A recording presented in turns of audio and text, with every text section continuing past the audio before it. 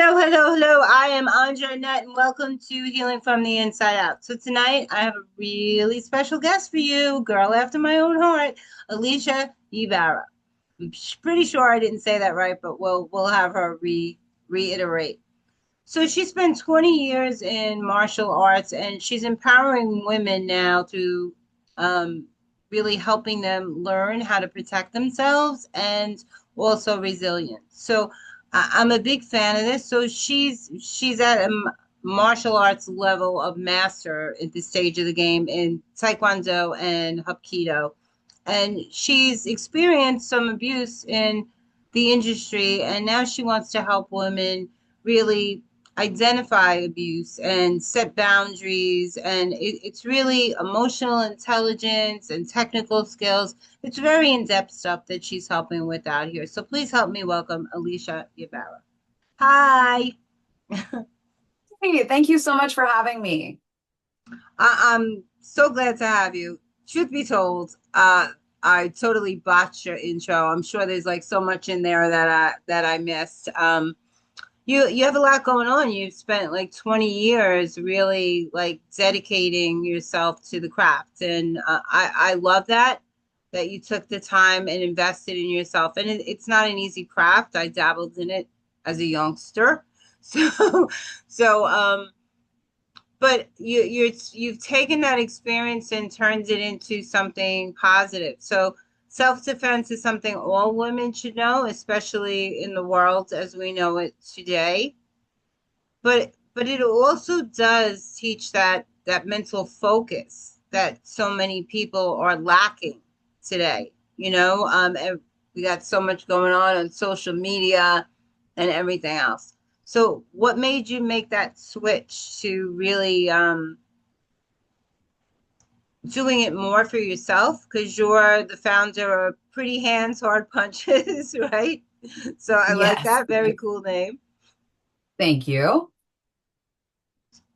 So what really got me started on the women's self-defense is, like you said, I've been in martial arts my whole life. I started at 6 years old. I'm 36 now, so I've actually just hit the 30-year mark of training in martial arts, which still feels and sounds a little unbelievable, to be honest.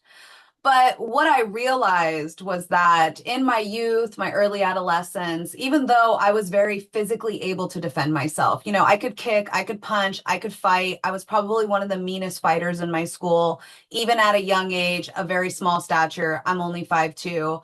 But I didn't know how to protect my mental and emotional space. And that was not something that was ever talked about. Things Mm. like boundaries, de-escalation, situational awareness, those were never things that were introduced to me. It was always, if somebody tries to mess with you, beat them up, right? If somebody tries to hurt you, beat them up. But the reality that most women face is that it doesn't matter if you can beat them up if you don't feel like you're worth defending. And when we talk about things like abuse, well, abuse is physical, but there are so many other types of abuse. And it doesn't usually start physical. It starts by breaking down your self-worth and value so that your 100%. abuser can get away with hurting you. And then once he knows that he has you dependent on him emotionally, dependent on him financially, dependent on him for giving you the idea of where your value comes from, that is when the physical abuse happens. And in my own experience as a domestic abuse survivor, it wasn't until he hit my dog that I really fought back. So I could defend myself the whole 18 months, but then he hit my dog and I was like, oh, I have to defend my dog. It was never about what I needed to defend for myself, because by that point, the abuse I had endured throughout the martial arts industry made me feel worthless. Like, what am I defending, right? I'm just this awful person. And so he manipulated that and he used that vulnerability, this abuser, to really break me down even further so that even though I could physically attack him back, even though I could physically defend myself, a lot of times I didn't. And I didn't because I didn't feel like I was worth defending. So to circle that around, I teach women self-defense now so that I can start by telling my story as a cautionary tale. It's not about physical defense. It's about protecting your mental and emotional space and having the confidence to walk away from somebody who is not treating you the way you deserve to be treated. And that will help you become impervious to the physical assault, because you walk away before you ever get there. When you recognize the red flags, when you see the abusive tactics, the controlling behavior, the punching the wall by your face, and you say, this is not something I'm interested in. This is not something I'm a part of. This is not the people I allow in my life. You never usually get to that physical abuse. You never have to physically fight back because you're out of the relationship before it ever gets physical. And that is something I had to learn in my 30s through trauma-informed EMDR therapy. And once I learned that, I realized that so many women are taught not to defend themselves because they physically don't know how to throw a punch. But so many women are not taught that they also have to feel worth defending. They have to protect themselves, their emotions, their emotional space, their boundaries. And by setting boundaries, you can avoid the physical abuse before it ever starts. I agree with you a lot of what you said. So I've had some abuse in my past, but a lot of times people are brought up in very abusive homes. So they see the types of behavior that they're exposing in their women, because a lot of young girls want to marry someone like their dad, right? And if their dad was that abusive towards their mom, then they just see that as very, very normal. So I didn't have a father figure around, so I didn't know really what to expect. But there were absolutely so many red flags. I almost married him, and he was a master in the arts, right? So, but it's just, and then I did have an abusive marriage later on. So I kept picking those kind of men, but it wasn't just about setting boundaries. Like you said, it was really about finding why I didn't feel like I was worth something better, why I kept settling for these type of men. So there was a lot of inner work, not boundaries, just boundaries. A lot of that work had to be in me, because I mean, I could defend myself, like, I mean, people would run, run. They don't want to get me mad, right? So, and that was never the trouble, but it is a self-esteem issue. And you highlighted so many crucial points here when you're talking about that. It doesn't start off as abuse. It starts off at them like really diminishing any type of self-esteem that you have left, picking at little things little by little until, if you did have any self-esteem, you feel so undervalued that you think this is normal, and you think their behavior is normal, and that you can't do better, you know? Yes. And that's how they make you feel that, who's going to love you if not me, right?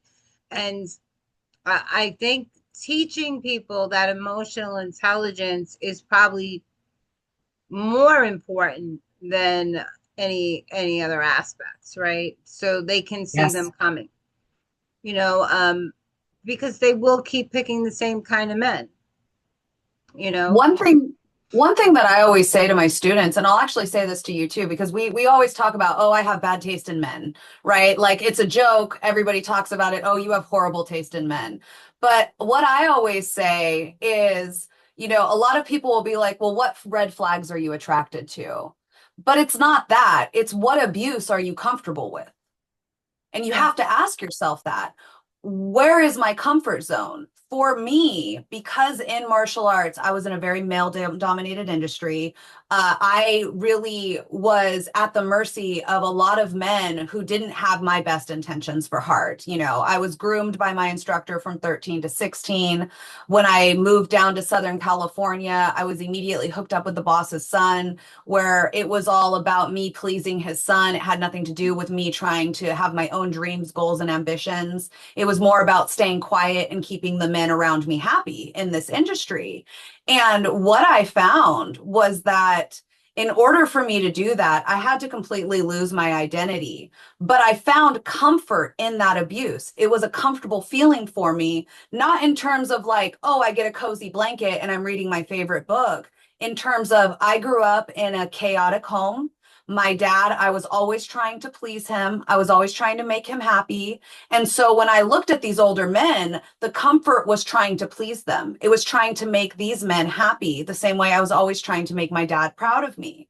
Because at the end of the day, my dad was only proud when I was doing something he liked. He never showed any type of affection if I wasn't doing something that made him happy, which was competing in tournaments, which was doing martial arts. So for me, the comfort zone of the abuse was, I call it the gold star, right? I was always chasing that gold star, good job, I'm proud of you moment. And in martial arts, you get a lot of those by your instructors. So I tended to push my comfortability and my boundaries and my unease down so that I could suppress that and I could do what I was told. And I think a lot of women are conditioned in our society to push down that uneasy feeling, to push down that gut feeling of this isn't comfortable in favor of being perceived as feminine, as meek, as beautiful, as pretty, right? We correlate directly femininity with quiet silence. And we correlate compatibility with our ability to put everyone else before us, to self-sacrifice. And that's what we've been taught through generations of women. And I'm here to try to let women know that you have the right to take up space. You have the right to have goals, dreams, ambitions. You have the right to set boundaries. And I think so many of our generation, the generations before us, and the generations coming after us, they're not taught that. Everything they see in our society tells them that they're good for one thing, and that's to be a wife and a mother. That's what we're good for. And I am saying absolutely not. We Well, have so I'm much. right there with you because, I'm going to do whatever the hell I want. And I really, at this stage of the game, I'm 58 years old. I don't give a shit less what people think about what I'm doing or who I'm pleasing. And that comes from years of people pleasing and getting to a place in my life where I woke up one day and I didn't know who I was and what happened to that person. And it wasn't worth the sacrifice that I was making. And I don't feel like, I think women are in a better place today, but I think that we have to accept responsibility that we are stuffing that down, that we're actively choosing that we're not breaking those cycles. Because every time we push that down a little, we're condensing who we really are, and we're not standing up for anything. So all these people are talking about women's rights. We can't have the rights until we assert ourselves in those rights, right? So if we continue to play small, then small is all we're going to get, Yep. right? So we have to step out of that comfort zone that I'm beautiful and I'm here to look good or be a trophy wife, because I don't want to be anybody's trophy wife for certain, right? That's not my role, and that's not why I'm here. And women have to see their value and stop. I teach health and wellness. I've been in health and wellness 40 years, and you can't put everybody else first and have health and wellness. You just can't. It starts with, and I can't tell you, Elicia, how many people tell me they don't know how to put themselves first. That they've been conditioned, like you were saying, to put everybody first. And that's the hardest struggle about their health journey.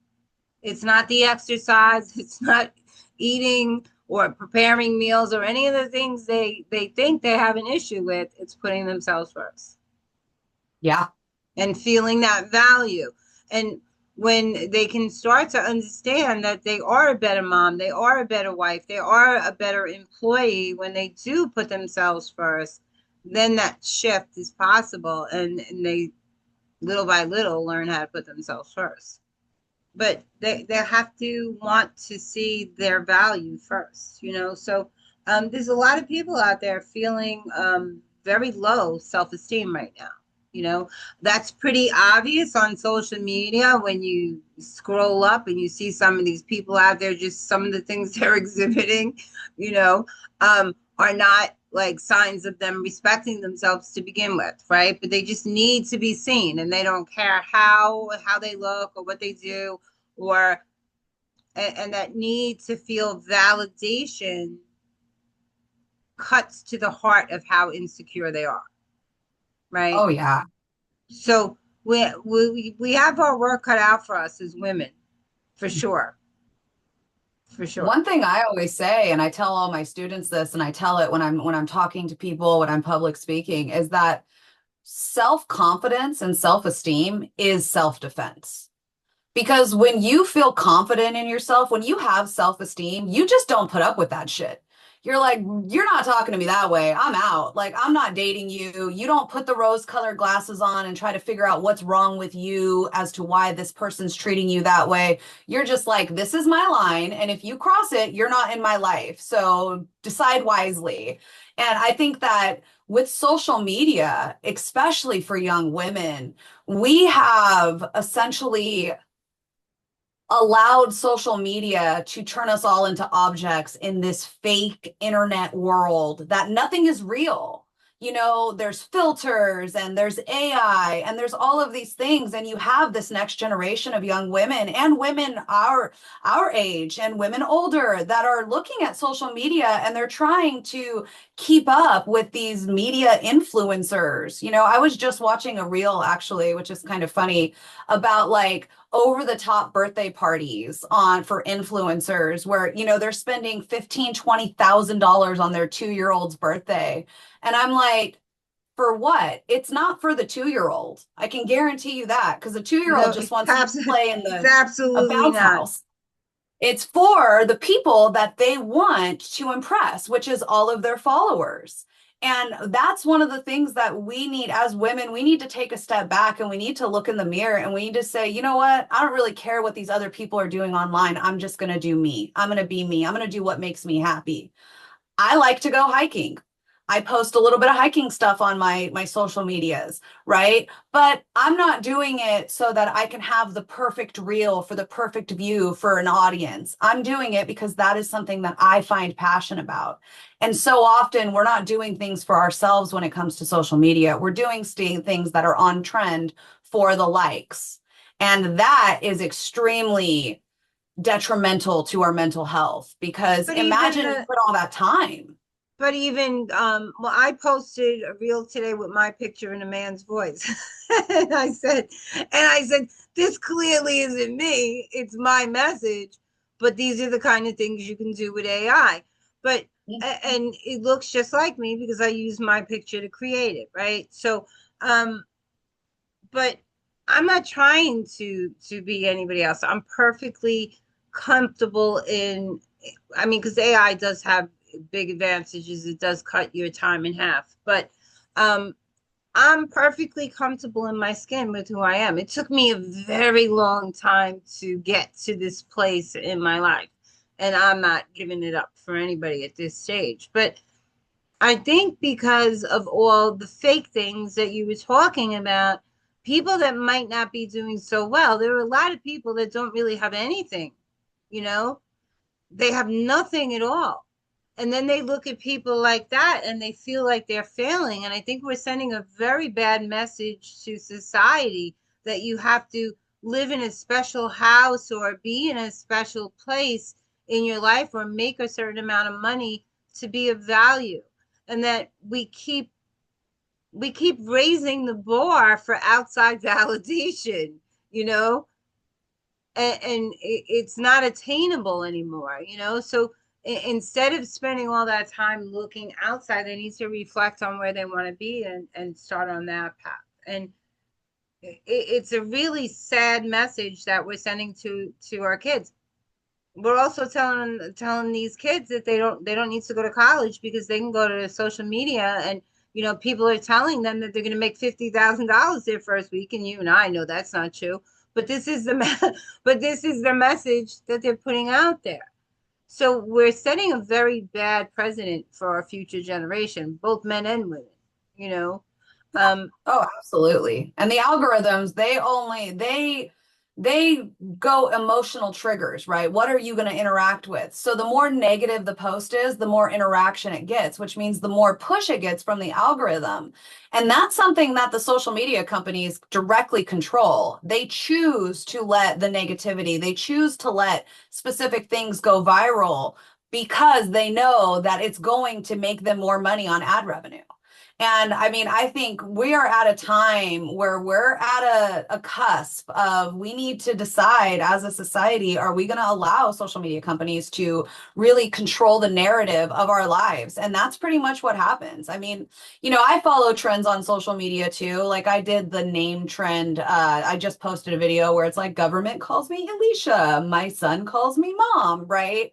But it's you kind of have to follow trends, and then you have to try to find your individual empowerment, your individuality actually is probably the best word. And I really think that we're just kind of lost when it comes to social media. Like my son's 7. I don't allow him on YouTube. I don't allow him on social media. I don't allow him in any type of realm. I don't allow him on any internet source because I am so scared of what's going to happen the moment that he realizes that he can talk to anybody, anywhere, whenever he wants. Well, And you he's could only, always do censorship because there's some really good stuff on YouTube. I happen to know that because I'm a YouTube critic. yeah, I read books. I never in my wildest dreams thought at almost 60 years old I'd be writing children's books and reading them out loud on social media, right? But I am, right? And someone mentioned to me that we have a million word gap between low socioeconomic and high socioeconomic status. And that to me was appalling. And I said, what could I do to change it? And I've been on a mission. So if I got to read a book to get it in a child's hand, that's fine. You don't have to buy it. Let me read it. So, so I'm setting my own trends. I don't know that they're going to take off right away, but but we are setting precedents for kids. There are some really good stuff on YouTube, and there's good stuff on Facebook too, but there's also a lot of negative stuff. I can open my stories and see a girl's vagina staring me in the face. That's not something I want to see. But yet they don't want me to post about health and wellness. So you figure that out, right? So I don't know. So what's next for you on your adventure? so I am currently getting in more into the public speaking realm, and obviously I'm podcast guesting, right? I'm trying to get my word out. My ultimate goal with Pretty Hands, Hard Punches is to empower 1 million women to learn women's self-defense. I also suffer from like autoimmune diseases. I suffer from Hashimoto's disease and rheumatoid arthritis. And what I've found in that whole journey is that self-care is part of the self-defense journey. And so I get on these podcasts and I talk and I do the public speaking so that all women can know, you have the right to take care of yourself first. Put the oxygen mask on yourself. And so now my goal is just to help as many women as I can by telling my story, being upfront, honest, and authentic, and letting young women see that you can still be beautiful and powerful and ambitious and goal oriented without having to do all of the injectables and the BBLs and all of that weird stuff that's all trending on social media. Like what we need as women is to show authenticity. And so my goal and my next thing is really just to try to get my name, my face, and my story out there so that I can show young women like, look, I'm beautiful. I'm happily married. I'm a mother. I'm a business owner. Like you can have it all, but you don't need to necessarily get it all through being an influencer, right? Find what you're passionate about and go for that. Like you said, I wanted to make a change, so I started writing children's books and reading children's books. I want to make a change for women that they understand that self-defense is not only physical, it's mental and emotional too. And so now I am just out there putting my face and telling my story so that every woman knows Self-defense is for you. You don't have to be fit. You don't have to be perfect. You can do it with autoimmune diseases. You can do it with disabilities. You can do it if you don't know how to punch. Self-defense is for every woman, and every woman needs to learn it. I agree. So I think it's interesting that you have Hashimoto's. I have Hashimoto's. I have diagnosed. I've been symptom free for almost 15 years to 10 over. I had 5 autoimmune diseases, and I'm a gut expert, so I was able to reverse those. Yes. So That is it's awesome. yes, it's very possible. So I started with Graves' disease, right? So Graves is autoimmune too, but I used to pivot back and forth, and they didn't understand what was going on in my body because they didn't understand that the autoimmune was switching, right? So, um, so I advocate for that health too. So, kids is just my side thing. I love I love kids. So I'm an international best-selling author. So through collaborations and things that I've done. So I was published by other people, and then I started self-publishing. So this year alone, I published 19 books. So Wow. yeah, but they're all morally. So we all have our mission. So um when you say influencer, I don't think of somebody with 1 million followers or thing or that. I think it's someone who can persuade people to see things a different way. That's how I'm trying to influence people. So there's so many people out there that, like I said, have so much less than we do. People have been taught through stigmas and things that they've grown up with to look at people a certain way. Handicap people, if people don't understand it, they'll sit there and gawk at them rather than ask, "Hey, what happened to you?" You know, and they treat them different, right? So homelessness, right?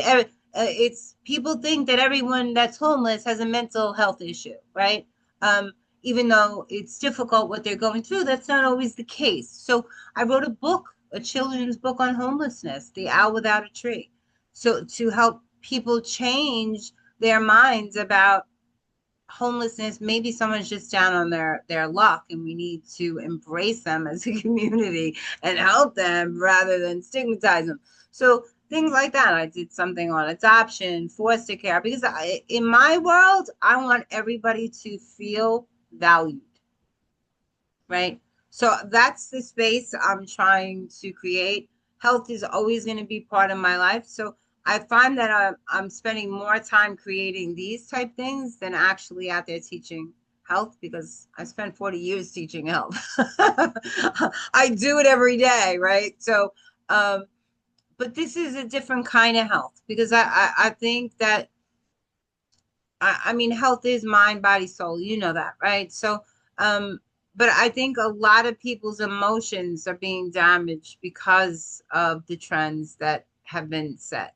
So I'm trying to unpack that in a healthy way and in a fun way for kids, you know?